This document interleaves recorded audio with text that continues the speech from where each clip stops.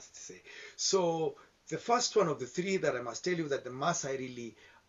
that helped the community, the society of the Maasai to be who they are and kind of structured and anchored into their being is a Mayan. And basically this is a reverence to a higher power, you know, the creator of the up and the down, and the reverence to the deity actually involved some kind of daily, frequently kind of rituals and activities, tasks, or whatever that manner,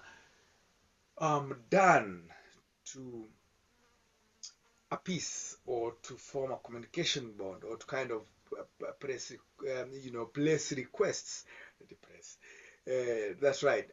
or kind of